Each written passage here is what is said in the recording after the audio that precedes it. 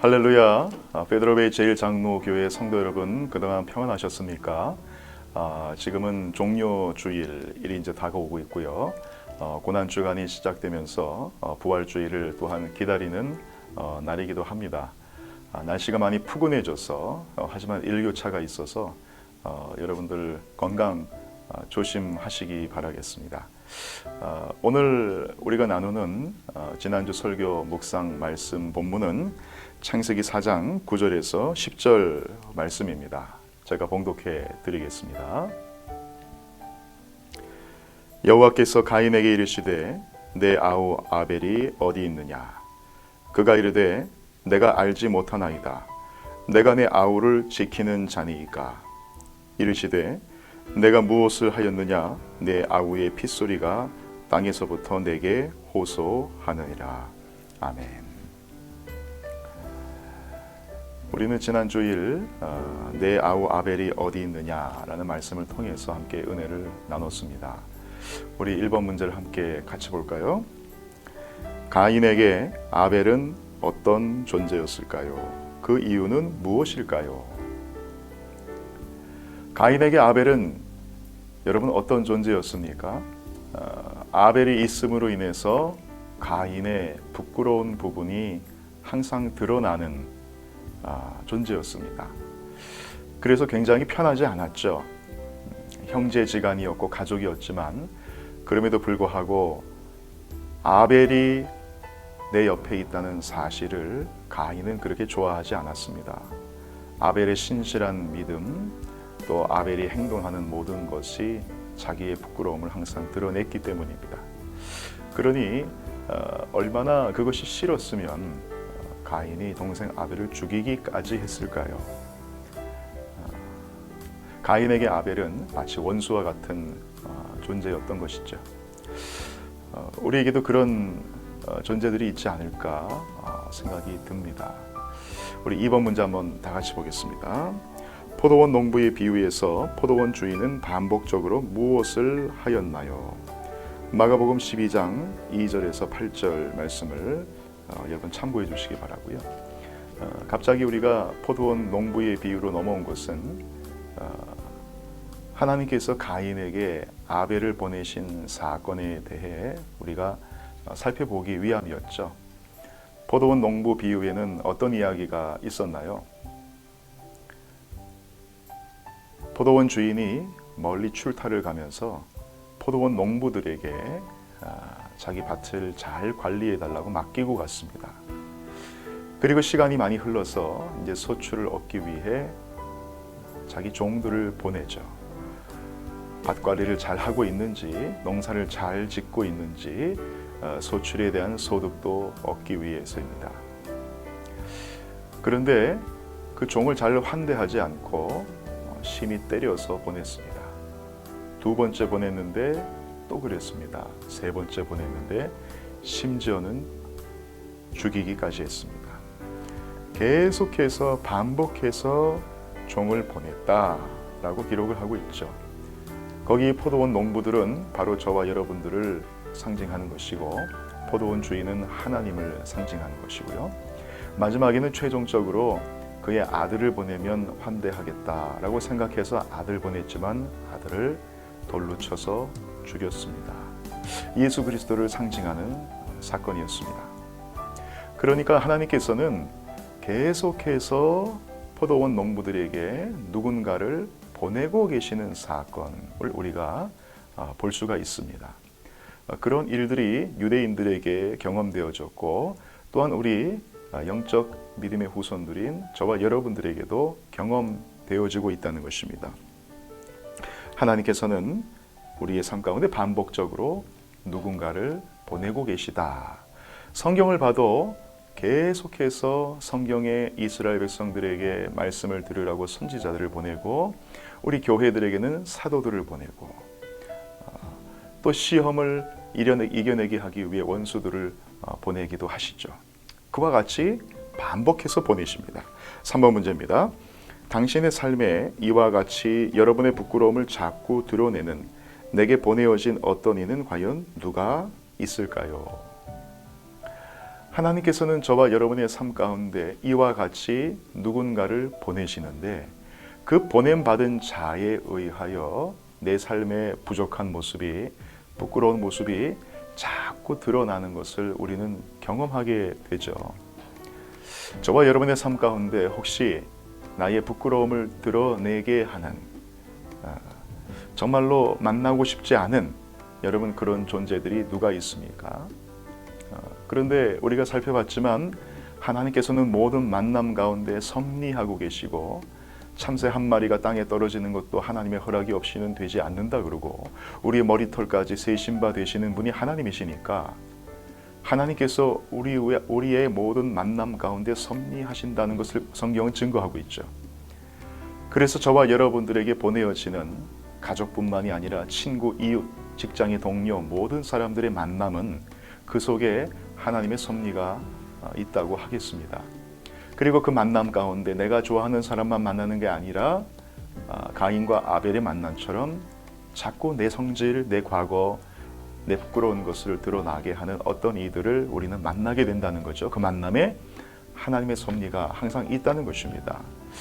여러분들은 어떤 사람들이 그와 같이 역할을 하고 있습니까? 4번 문제. 성경에서 보냄을 받은 자와 보낸 자를 동일시하는 이유는 무엇일까요?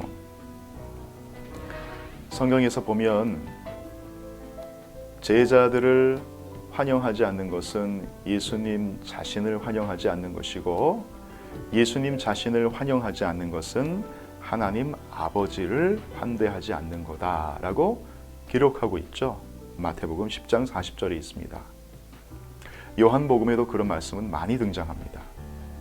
즉 하나님께서 보냄받은 자, 하나님이 보내신 자를 환대하지 않는 것이 곧 그 하나님을 보내신 그분을 환대하지 않는 것과 똑같다라고 성경은 계속해서 말하고 있습니다. 포도원 농부들이 농부가 보낸 자를 환영하지 않은 것은 곧 주인을 환영하지 않은 것과 똑같은 것으로 취급되고 있는 것과 마찬가지죠.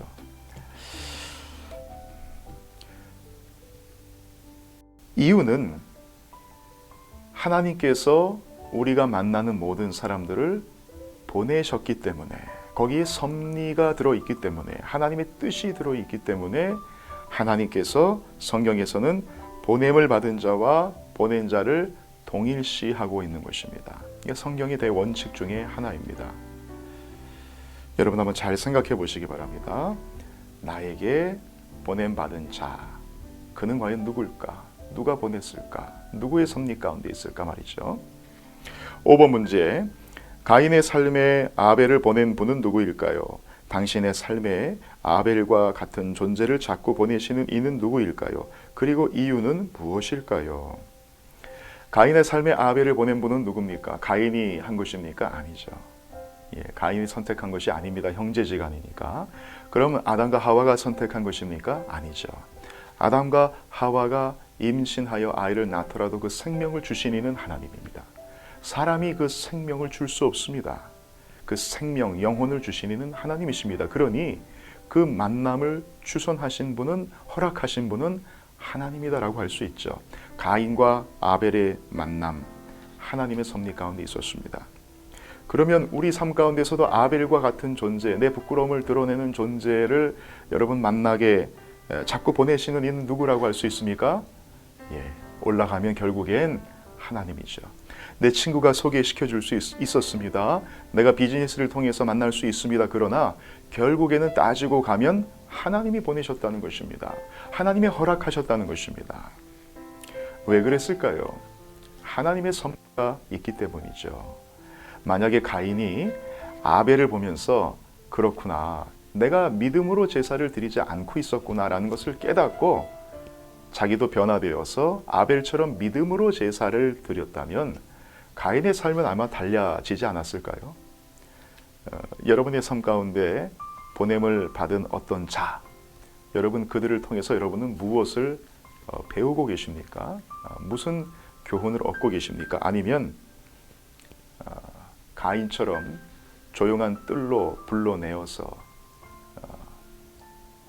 원수를 갚고 보복을 하고 혹은 요나처럼 등 돌려서 도망가거나 혹은 바리새인처럼 가면을 쓰고 안 그런 척하고 외식을 하거나 이 세 종류의 부류가 있다고 제가 말씀을 드렸습니다. 아벨을 만났을 때. 저와 여러분들은 어떠십니까? 하나님의 뜻을 받아들이고 그 속에서 주님이 주시는 메시지를 얻는다면 여러분 그것보다 복된 만남은 없을 것입니다. 여러분의 삶의 모든 만남들이 축복의 만남이 될 것입니다. 그리고 감사하지 않은 만남이 없을 것입니다. 가끔은 그 사람으로 인해서 마음이 아프지만 그럼에도 그 뒤에서 함께 그를 보내신 하나님을 보기 때문에 여러분의 삶의 모든 만남은 축복의 만남임을 우리가 깨닫게 될 것이라는 것이죠. 6번 문제, 보냄받은 자를 박해하는 죄에 대해 성경은 무엇이라고 말하나요? 보냄받은 자, 그 자를 박해한다, 싫어한다, 등 돌린다, 피한다, 혹은 정죄하고 박해한다. 그것에 대해서 요한복음 15장 20절에서 23절에 보면 한번 읽어볼까요? 요한복음 15장 20절에서 23절 제가 읽어드리겠습니다. 내가 너희에게 종이 주인보다 더 크지 못하다 한 말을 기억하라. 사람들이 나를 박해하였은즉 너희도 박해할 것이요 내 말을 지켰은즉 너희 말도 지킬 것이라. 그러나 사람들이 내 이름으로 말미암아 이 모든 일을 너희에게 하리니 이는 나를 보내신 이를 알지 못함이라. 내가 와서 그들에게 말하지 아니하였더라면 죄가 없었으려니와 지금은 그 죄를 핑계할 수 없느니라. 나를 미워하는 자는 또 내 아버지를 미워하느니라. 아멘.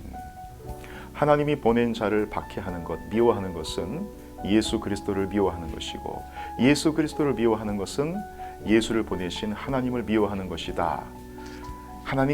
예수께서 이 말씀을 안 했다면 너희가 핑계할 수 있었을지 모르겠지만 내가 지금 너희들이 만나는 모든 만남 가운데 예수 그리스도와 하나님이 보내고 계시다는 것을 말하였기에 너희들이 그 보냄받은 자를 박해하는 것이 죄 없다 할 수 없다. 죄 있다는 것이죠. 그러니 여러분 얼마나 우리가 사람의 만남을 소중하게 생각하고 그 만남이 비록 나하고는 맞지 않더라도 그 뒤에 계신 하나님을 보면서 그 만남을 감사하고 소중하게 생각해야 되는지 말씀이 우리에게 증거하고 있는 것입니다. 마지막 7번 문제입니다. 하나님께서 당신에게 보내셔서 당신의 고집을 꺾게 하시는 이웃을 당신은 어떻게 대하고 있는지요? 그리고 앞으로는 어떻게 대해야 할지 나누어 봅시다. 그 사람이 아니면 내 고집이 꺾이지 않습니다. 그 사람이 내 강철 같은 고집스러운 마음을 치지 않으면 이 마음이 깨지지 않습니다. 하나님께서 저와 여러분들을 하나님의 아름다운 신부로 준비하기 위하여 하나님의 대사들을 보내고 계십니다. 여러분 머릿속에 떠오르는 그 사람 하나님이 보내신 것입니다. 여러분을 위한 것입니다. 왜 그 사람하고 내가 부딪히느냐? 내 속에 그 강철 같은 고집이 있기 때문에 부딪히는 것입니다. 그 사람이 가는 곳마다 다 부딪힐까요? 아니요.